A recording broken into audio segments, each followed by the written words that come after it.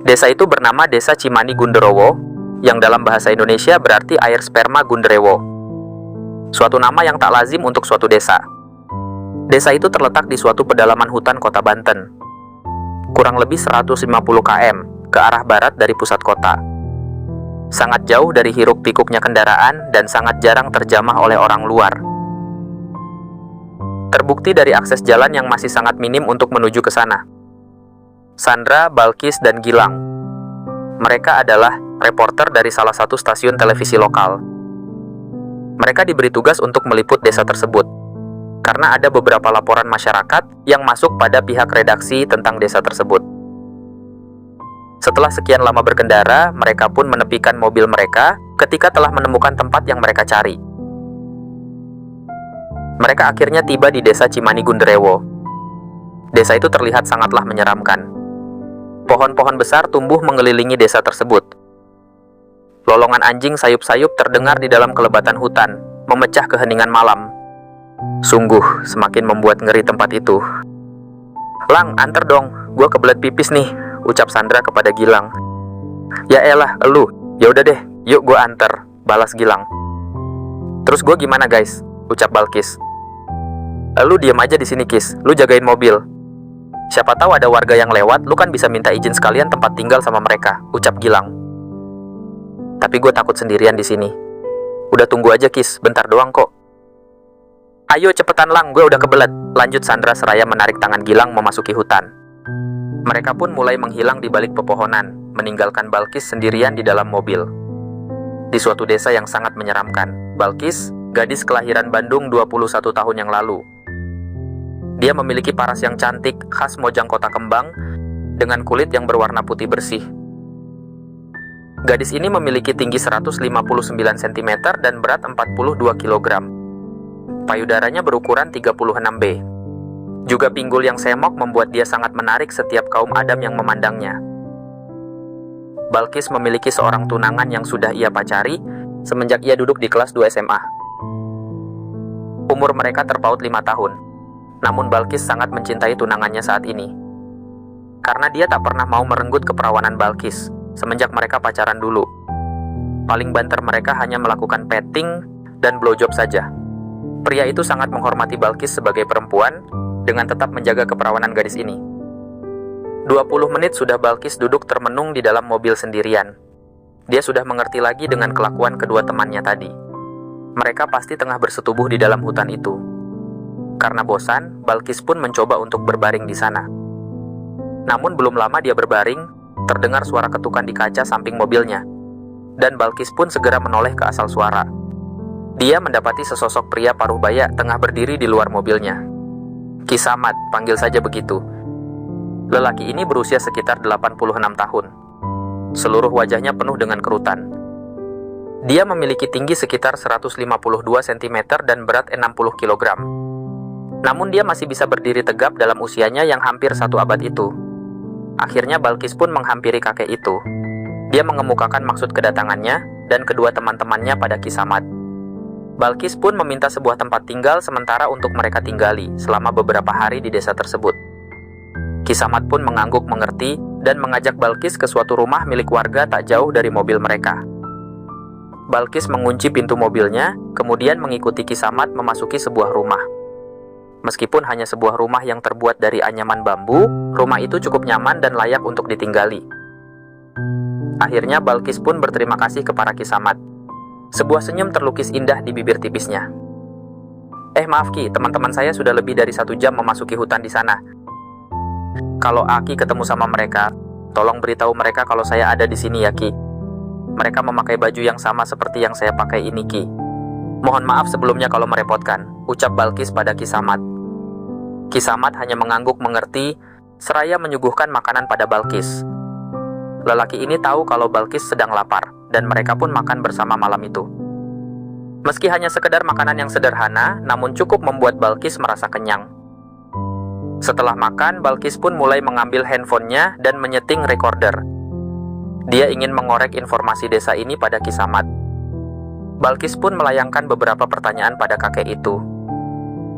Ki, maaf sebelumnya, saya dari stasiun TV XX datang ke sini untuk mencari informasi dari desa ini. Kalau boleh tahu, kenapa desa ini dikasih nama Cimani Gunderewo ya, Ki? Tanya gadis itu. Oh itu, jadi ceritanya gini, Neng. Dulu, banyak orang yang datang ke sini untuk pengasihan. Pengasihan Gunderewo tepatnya. Jadi, setiap orang yang mau kaya datang ke sini sambil bawa perawan sebagai tumbal, ucap Ki Samad bercerita. Nah, terus perawan itu dibawa ke gua di hutan sebelah sana. Gua itu dipercaya tempat tinggalnya Gunderewo, Neng, lanjutnya. Oh gitu, Ki. Terus para perawan itu diapain lagi, Ki? Apakah Gunderewo itu menampakkan diri sama warga di sini? Terus para perawan yang dijadikan tumbal, apakah mereka terlihat kembali? Tanya Balkis memberondong. Ya, para perawan itu diletakkan di suatu ruangan di dalam gua itu. Terus tumbal itu diikat kedua kaki dan tangannya, membentuk huruf X dalam keadaan telanjang, di atas batu persembahan. Jawab Ki Samad serius. Gunderewo itu nggak pernah menampakkan diri sama sembarangan orang, Neng. Dia hanya menampakkan diri ke kuncen ataupun gadis tumbalnya saja. Mereka yang dijadikan tumbal pengasihan Gunderewo tak pernah terlihat keluar lagi dari gua itu, Neng. Warga sini percaya kalau gadis yang ditumbalkan itu dijadikan gundik sama Gunderewo di sana. Lanjutnya seraya menatap nanar ke Balkis. Oh iya, Ki. Aki sendiri pernah melihat sosok Gunderewo itu nggak? Tanya Balkis lagi. Ki Samad hanya mengangguk, sambil pandangan matanya tak pernah lepas dari tubuh seksi Balkis. Membuat Balkis merasa risih dibuatnya. Kalau saya boleh tahu, gimana rupa dari Gunderewo itu, Ki? Kenapa Neng nanyain hal itu? Jawab Ki Samad galak. Maaf, Ki, ini info yang sangat penting dalam liputan saya. Hal ini akan jadi berita yang sangat penting buat masyarakat luas. Jadi saya mohon maaf kalau Aki merasa terganggu dengan pertanyaan saya barusan. Jawab Balkis tertunduk. Kalau Neng benar-benar ingin tahu rupa dari Gunderewo itu, Neng harus masuk ke gua itu. Soalnya saya tahu kalau Neng ini masih perawan kan. Gunderewo itu pasti dengan senang hati menampakkan wujudnya sama Neng. Ucap Ki Samad seraya tersenyum pada Balkis, menampakkan susunan giginya yang telah menghitam. Balkis nampak terkaget dibuatnya dia bergidik ketakutan. Namun tak lama kemudian, Balkis merasa pusing di kepalanya. Seluruh pandangannya mulai mengabur dan dia pun jatuh pingsan. Ki Samad tersenyum melihat itu. Semua rencananya berhasil. Kedua tubuh sedang bergumul di dalam rimbunnya semak-semak. Mereka sedang saling tindih dalam keadaan yang telanjang. Ya, kedua sosok itu merupakan Sandra dan Gilang. Gilang sedang memacu tubuh montok Sandra dalam keadaan misionaris. Tubuh Gilang pun ambruk menimpa tubuh Sandra. Sandra masih terpejam menikmati denyutan tongkol Gilang di dalam apemnya. Dia memeluk tubuh Gilang dengan erat, namun dia pun menjerit ketika membuka matanya. Dia melihat ada beberapa sosok yang mengelilingi mereka berdua. Sandra hitung ada sekitar 7 orang. Sandra pun segera membangunkan Gilang, namun tak ada respon darinya. Dia pun menggulingkan tubuh Gilang ke samping dan mencoba memungut pakaiannya untuk menutupi ketelanjangannya. Sandra menjerit kembali ketika dia melihat kedua tangannya yang berlumuran darah segar. Dia sapukan pandangannya ke arah Gilang dan menemukan luka sayatan di tubuh Gilang. Ternyata Gilang telah mati di tangan para penduduk setempat. "Siapa kalian?" jerit Sandra. "Biadab kalian. Kalian telah membunuh Gilang, dasar manusia biadab kalian." Lanjutnya memaki para penduduk tersebut.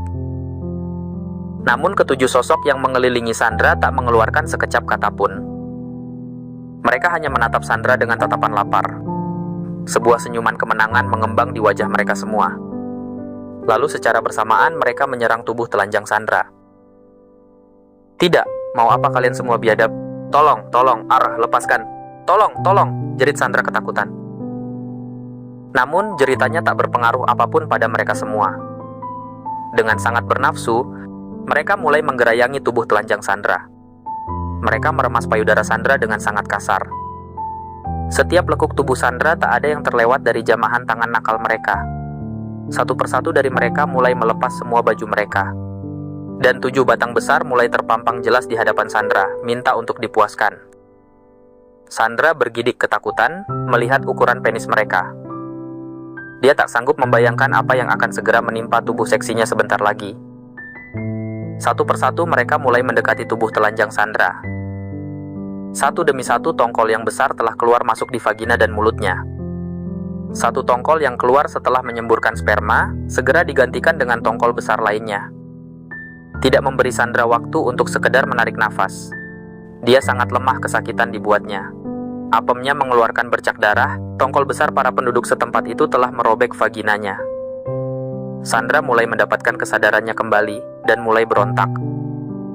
Ketika dirasa ada sesuatu yang menggesek lubang duburnya, Sandra menjerit memohon, berharap mereka akan sedikit tiba pada dirinya. Namun usahanya sia-sia saja. Para pemerkosanya itu sama sekali tak peduli pada Sandra. Sandra tak mampu menerima lagi semua itu. Tubuhnya telah mendapat titik maksimal dalam menerima rasa sakit, dia pun jatuh pingsan.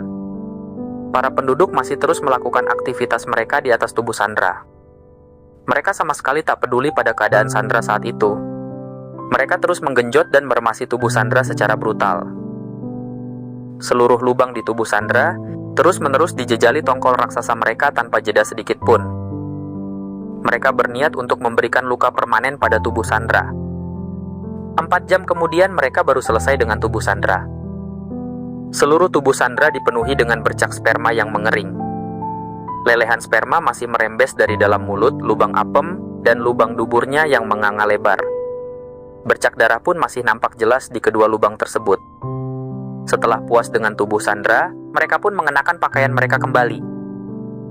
Tubuh telanjang Sandra yang sudah sangat mengenaskan mereka ikat di pohon pinus. Tak lupa mereka menaruh madu di seluruh tubuhnya dan menjejalkan bunga pinus di lubang apem dan duburnya. Sedangkan mayat Gilang mereka buang ke sungai. Setelah semuanya selesai, mereka pun kembali ke desa, meninggalkan Sandra yang masih pingsan di dalam rimbunnya hutan sendirian. Balkis terbangun setelah mencium bau yang sangat menyengat hidungnya. Dia sama sekali tak ingat dengan kejadian yang dia alami kemarin. Kepalanya masih sangat pusing. Dia pun membuka matanya dengan perlahan. "Wahai Gunderewo, terimalah tumbal dari kami semua, dan berikan kami hasil panen yang berlimpah," ucap seorang lelaki. Mendengar itu, Balkis segera mengerjapkan matanya yang masih mengabur. Tubuhnya sama sekali tidak bisa digerakkan. Dia pun mulai melihat ke sekeliling, mengamati keadaan. Balkis menjerit sejadi-jadinya ketika dia tahu keadaannya saat ini. "Sadar juga kamu, Neng," ucap suara yang tak asing bagi Balkis. "Ki Samad, apa yang Aki lakukan sama saya? Saya mau diapakan, Ki?"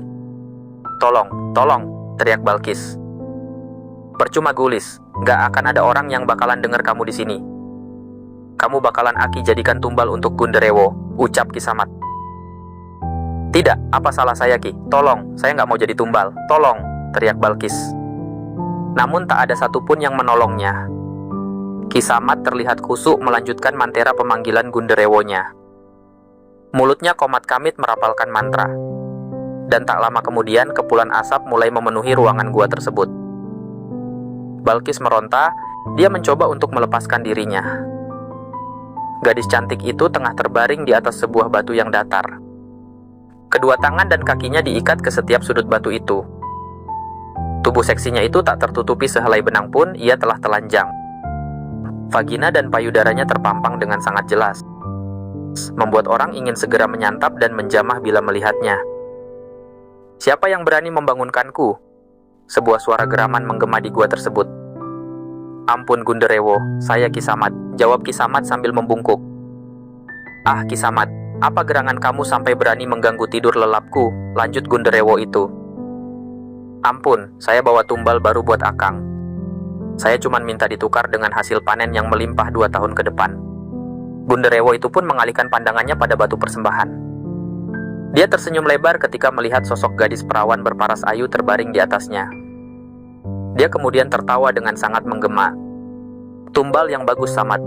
Baiklah, akan kubuat panen warga desa melimpah untuk 2 tahun ke depan. Sekarang pergilah, biarkan aku menikmati tumbalku," lanjut Gunderewo itu seraya mendekati tubuh Balkis. Ki Samad pun meninggalkan gua itu dengan segera. Dia tidak ingin mengganggu prosesi yang akan dilakukan Gunderewo itu pada Balkis. Dia sudah terlalu senang dengan apa yang akan dia dapat di ladangnya untuk 2 tahun ke depan. Sesosok makhluk tinggi besar menghampiri tubuh Balkis. Tingginya sekitar 2 meter lebih.